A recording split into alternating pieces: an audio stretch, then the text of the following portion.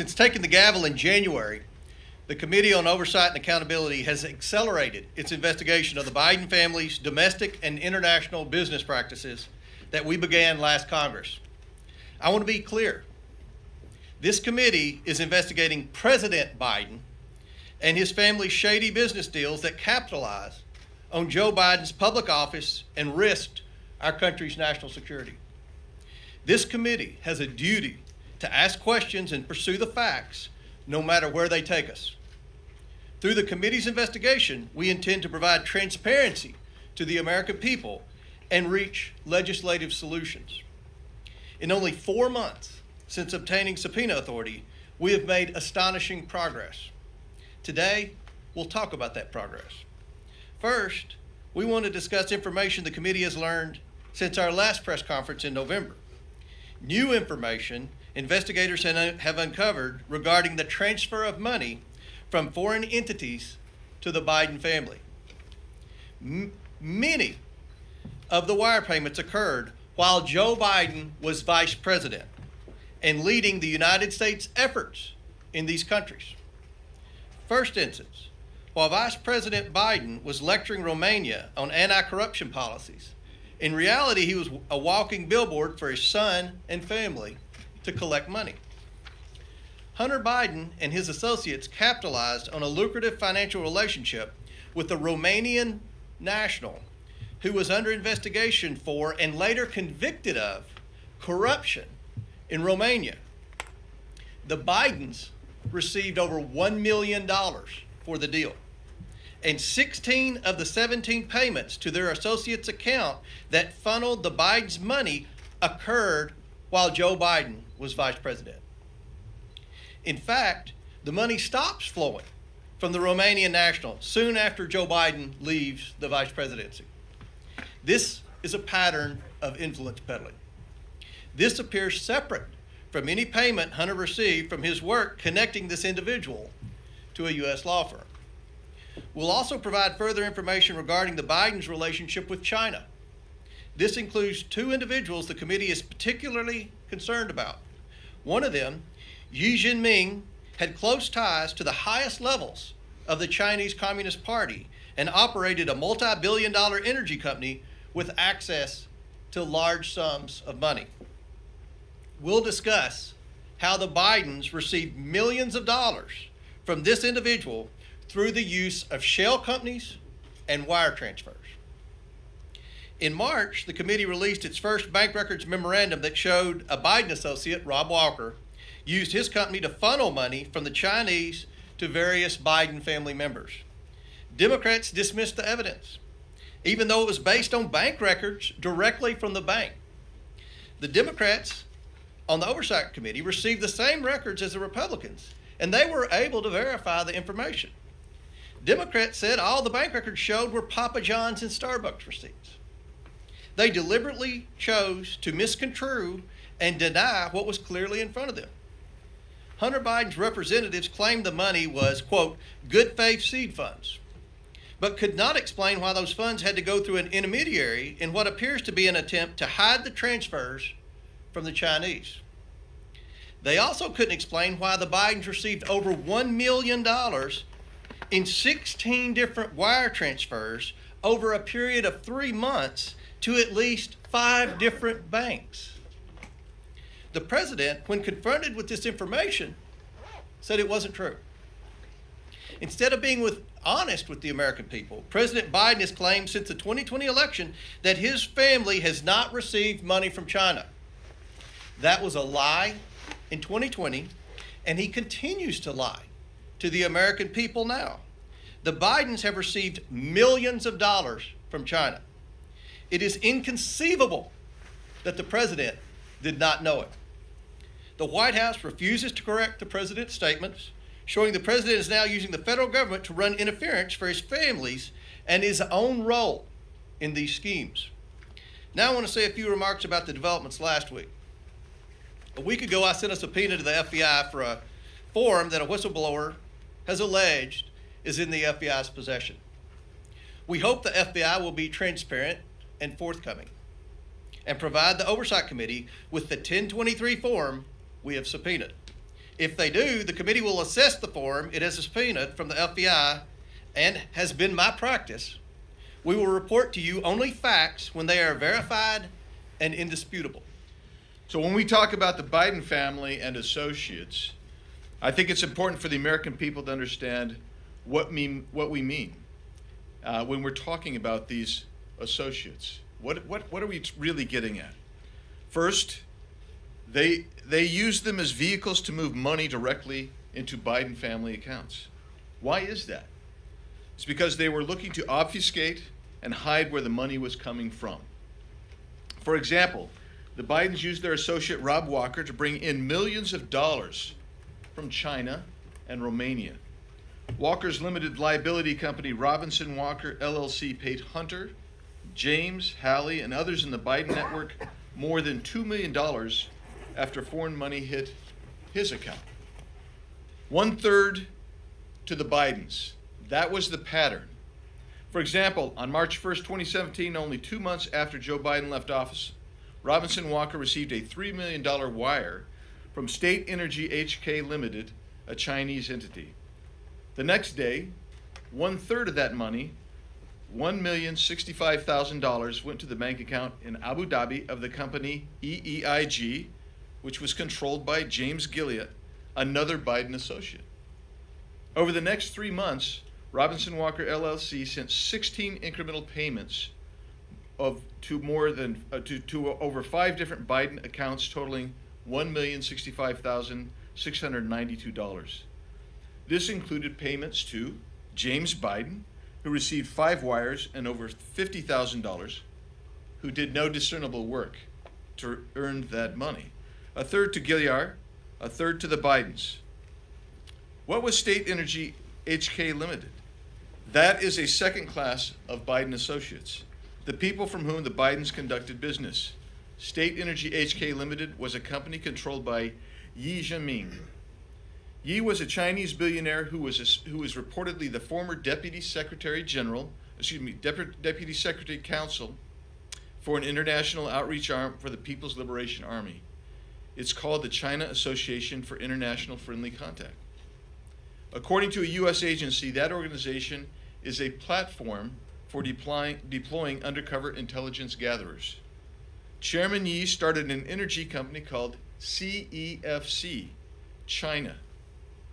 Yi explained in a speech to the committee that the committee has obtained and translated into English that CEFC China's vision is very simple. It is to obtain overseas resources and serve the national strategy. Not U.S. national strategy, Chinese national strategy. And Chinese national strategy is Chinese Communist Party's strategy. Yi was close to Chinese President Xi Jinping and welcomed at least one foreign president to Beijing with Xi. The DOJ has referenced Yi and CEFC in a scheme bribing African leaders. The other Chinese national I'll mention now is Gong Wendong, who did work for Yi in America. When Yi needed to do business in America, he often looked to Gong Wendong. The amount of money Yi was sending to Gong Wendong was staggering. From June through August of 2017 alone, Yi transferred to Gong Wendong in America more than $130 million. Yi met with Hunter Biden in February 2017 and gave him a diamond reportedly worth tens of thousands of dollars as a gift. In August of 2017, Yi, through Gong Wendong, opened up a business with Hunter and James Biden called Hudson West 3, based here in Washington, D.C. And Hunter wanted to get Joe Biden's keys to the office, and they could all share office space together, according to an email verified by the Washington Post. But things didn't go as planned because the Chinese detained Yi in March of 2018 for fraud. In an email to Gong Wendong and another associate, Hunter tried to explain away the last year of doing business together. This is an email that has also been verified by the Washington Post. Hunter wrote, and I quote, "I am not in a joint venture with CEFC. I'm not partners with CEFC, and I'm not employed nor funded by CEFC." Close quote. But Hunter was funded by CEFC, as Ms. Mace will explain. I'm extremely concerned about the president's connections to these individuals he was supposedly meant to share office space with and is denied knowing anything about these transactions and these business dealings, and also is denied receiving any money for himself or his family from Chinese connections. We're not. What we're proving to you today is showing you actual bank records, actual evidence of shell companies and businesses, or more businesses and more Bidens involved that we knew of. You have to issue more subpoenas because every time we turn over a rock, there's more information, there's more possible corruption, there's more possible allegations that need to be investigated. This is what we know today. Money flowed from the Chinese Communist Party, aligned with individuals into American shell companies, and then that money was wired and transferred to Biden family members. This could be the most corrupt scheme in American politics, where a sitting vice president, where we saw members of his family, 9 members so far, there may be more, that were enriched from countries all over the world. And we're providing more information about Romania today. We know about China. We know that the president denied this during an election in 2020, continues to deny it to this day. And we want everyone held accountable if they have violated their oath of office. We shouldn't have folks that are in office that are betraying their oath of office. We shouldn't have people in office that are betraying their country. If they're paying loads of cash to their family members from adversaries of ours around the world, it's wrong, whether you have a Republican or a Democrat by your name. One of the common responses we hear about this investigation is that it all happened after Joe Biden left office. But that is not true. I'm going to detail a specific set of payments made to members of the Biden family from Gabriel Popovich during Joe Biden's time as vice president. The committee has obtained the bank records for one of the companies of a close Biden associate, Rob Walker. Walker used his company, Robinson Walker LLC, to receive money from foreign companies. He then sent the money to various Bidens, including Hunter Biden, James Biden, Hallie Biden, and another Biden account. Walker's LLC received 17 payments from Bladen Enterprises Limited. The first payment was made in November of 2015, and the last payment happened in May of 2017. 16 of the 17 payments occurred while Joe Biden was vice president. Bladen Enterprises is affiliated with Romanian businessman Gabriel Popovich. Popovich is a Romanian businessman who, at the time of these payments, was subject of a high-profile corruption investigation. In fact, he was convicted of one such obstruction charge in 2016. Popovich's company paid Walker LLC just over $3 million. And like clockwork, Walker dispersed approximately $1 million of that money to the Bidens. If that sounds familiar, it should. It's essentially the same structure Walker and the Biden family had with the Chinese money, a 1/3 cut. So what were the vice president's duties related to Romania at this time? Well, in May of 2014, Vice President Biden visited Romania and delivered a speech about corruption, saying it can represent a clear and present danger not only to a nation's economy, but to its very national security. And in September of 2015, Vice President Biden welcomed the Romanian president to the White House, and they spoke about anti-corruption policies. 5 weeks later, after the White House meeting, Rob Walker's company's bank accounts began receiving payments from Popovich's company. Walker then sent a portion of each installment payment to Hunter Biden's business, Owasco, and another company, EEIG, which was owned by close Hunter Biden associate James Gilliar. Another Biden bank account that Hunter claims is his, and in one case, $10,000 to Hallie Biden. Let's be clear. The $3 million sent to Rob Walker and dispersed to the Biden family appears completely separate and distinct from legal work performed by the law firm associated with Hunter Biden. This is simply not how legal fees are paid. The Biden's associates, like Rob Walker, Eric Sherman, as has been discussed, created at least 16 companies while Joe Biden was vice president of the United States. 16 companies created while he was vice president. Now the list is 20, and as we continue our investigation, that list is growing. And like I said before, the question is to serve what purpose? And the purpose of all these companies being created is to conceal money that the Biden family has been gaining because Joe Biden has been sitting at the upper echelon of our politics for almost 5 decades.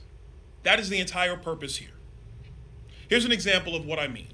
You have Rosemont Seneca Partners, Rosemont Seneca Advisors, Rosemont Seneca Technology Partners, RSP Holdings, RSTP2 Alpha, RSTP2 Bravo, Rosemont Seneca Thornton, Rosemont, Seneca, Bohai. I want to make sure I pronounce it right. Bohai, B-O-H-A-I.